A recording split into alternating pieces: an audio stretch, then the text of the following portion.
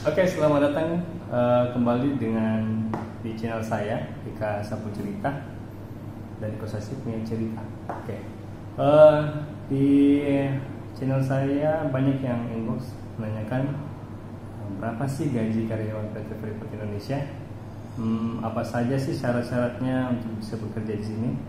Nah, di sini saya ada teman sebagai narasumber saya untuk saat ini. Namanya siapa?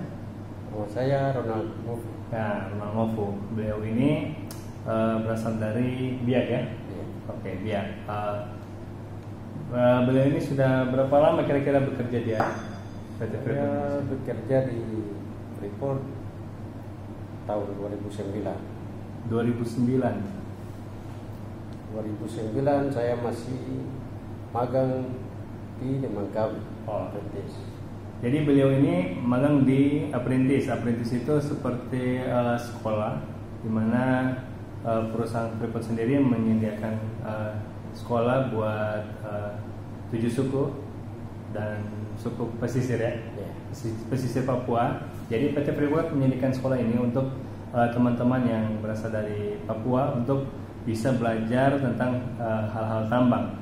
Nah, sebelum mereka ditempatkan di departemen-departemen yang berada di PT Freeport Indonesia. 2009 itu pada saat on job training itu dibayar atau tidak? Kita dinamakan uang saku. Uang saku ya. Iya. Tahun 2009 uang saku berapa ya? Uang saku saya di Demangkawi 2.500.000. 2.500.000. Jadi di situ teman kita ini Ronald mendapatkan uang saku ya, uang jalan, uang transportasi 2.500.000, mendapatkan pendidikan, dapat status diploma juga kan, kalau tidak salah. Oh tidak. Baik, pada saat itu ditempatkan di departemen apa ya? Ditempatkan di departemen Operation. Operation yang teman-teman setahu bahwa di operation itu beliau ini membawa mobil yang besar ya? Iya. Yang ukuran berapa itu? Ya dari 777, 785, 793. Ya, yang mungkin teman-teman lihat di internet, masalah mobil truk yang besar-besar, gede-gede itu, nah beliau ini sudah yang bawa. Oke, untuk jam kerjanya sendiri itu di sana berapa jam? Di Grasberg ya? Ya, kalau di Grasberg jamnya 12 jam. 12 jam ya? Iya. 12 jam. Itu roster cutinya itu berapa rosternya? Berapa lama? Kerja berapa lama, cuti berapa lama kerja? 6 bulan 1 kali cuti. 6 bulan 1 kali cuti. Cutinya Jadi dalam 1 tahun 2 kali. 2 kali cuti ya? Ya. Dalam 1 kali cuti itu berapa lama hari kerja atau total hari cutinya? Total hari cuti 42. Dalam 6 bulan teman kita ini atau rata-rata karyawan di PT Freeport Indonesia yang non staff ada mendapatkan 42 ya, 42 hari cuti. Bisa kumpul dengan keluarga loh. Oke, minta maaf untuk pendidikan Pak Ronald sendiri. Pendidikan saya hanya sebatas SMA. Beliau S3 ya, SD, SMP, SMA, sama kita. Oke, di sini teman-teman penasaran dengan gaji seorang tamatan SMA bisa mengalahkan gaji seorang sarjana di luar sana ya. Kira-kira gajinya berapa waktu menggunakan 12 jam kerja? 1 bulannya bisa dapat berapa? Kalau kita yang permanent Freeport, dia bertahap. Artinya dari F1, cuma waktu saya transfer 2012, saya punya upah pokok itu 3 juta. Upah pokok ya? Ya, 3 juta lebih. Jadi itu pada saat 1 bulan kita dihitung uang dingin. Ada uang dinginnya teman-teman. Uang tren, Uang upah pokok, uang dingin, uang tram, uang sih, uang shift pagi atau masuk malam dapat uang. Jadi Total semuanya bawa karung, satu karung 8. 8 juta. Nah, itu 2012. 2012 ya, 8 juta ya. Nah, setelah sudah perubahan, tiap tahun basic kita naik. Nah, sekarang sampai sudah 2021. 2021 ini waktu saya masih di Grasberg itu sebelumnya masih schedule 7273. Ya, 7 hari kerja, Ya. 2 hari libur atau 7 hari kerja, 3 hari libur ya. Libur. Oke, oke. Itu saya bisa mendapatkan 27 juta teman-teman. Take home pay ya. Luar biasa. Kalau teman-teman tahu gaji di sini mengikuti grade ya, masa jenjang karir dengan berapa tahun kerja kita, ada grade F ya.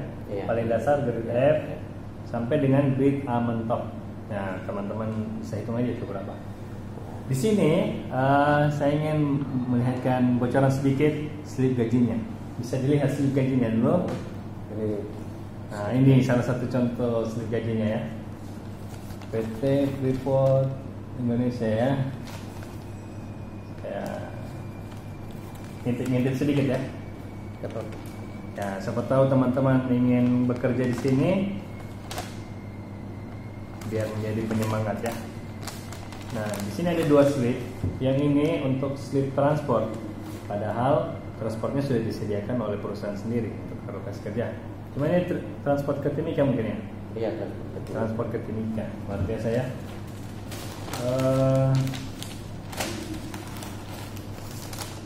Di sini kita lihat totalnya aja ya. 28 juta. 28 juta, kelihatan nggak ya? 28 juta. Ya, 28 juta sebelum potong pajak ya. Ya. Jadi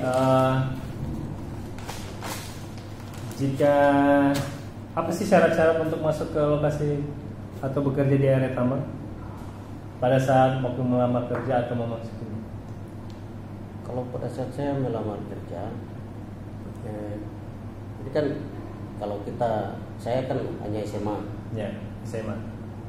saja. Jadi ini untuk video untuk teman-teman yang tamatan SMA ya. Jadi saya hanya bisa fotokopi SKCK, SKCK itu surat kelakuan baik ya dari kepolisian. Kartu kuning, surat untuk dari pencari kerja ya, ketenaga kerjaan ya, kartu kuning ya. kartu kuning. Dicatat teman-teman. Setelah itu Akte kelahiran. Akte, terus kita punya Ijazah terakhir minimal SMA. Hanya itu aja. Setelah itu saya masukkan di Depnaker waktu itu. Masukkan ke Departemen Ketenagakerjaan yang berada di Timika.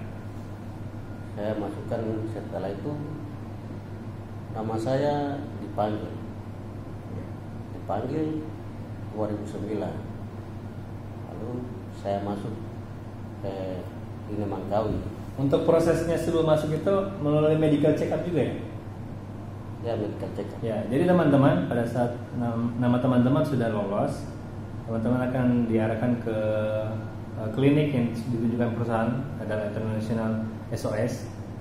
Teman-teman di situ akan dites kesehatannya. Tesnya kesehatannya apa aja itu, Pak? Jadi ambil darah. Diambil darahnya. Diambil darah, setelah itu ambil kencing. Urin ya, urin. Ya, urin. Habis itu kita tes Ronsen lagi dadanya ya. ronsen, setelah itu mata. Ya, penglihatan mata teman-teman juga harus dijaga. Telinga. Telinga juga. Iya. Oke. Buta warna juga ya. Iya.